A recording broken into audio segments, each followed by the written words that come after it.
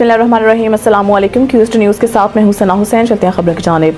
अलमरवान welfare foundation के तारुफ। अलमरवान welfare foundation एक गैर मुनाफा बख्श तंजीम है जो इंसानियत की खिदमत के लिए वक्फ है। ये फाउंडेशन बुनियादी तौर पर फलाही सरगर्मियों, तालीम, सेहत और माशरती बहबूद के शोबों में काम करती है। इदारे का मरकज़ शेदू तहसील जहांगीरा ज़िला नौशहरा में वाक़या है और इसके तहत मुख्तलिफ इस्लाम में उलमा कराम की ज़ेर निगरानी काम करने वाले कोऑर्डिनेटर मौजूद हैं।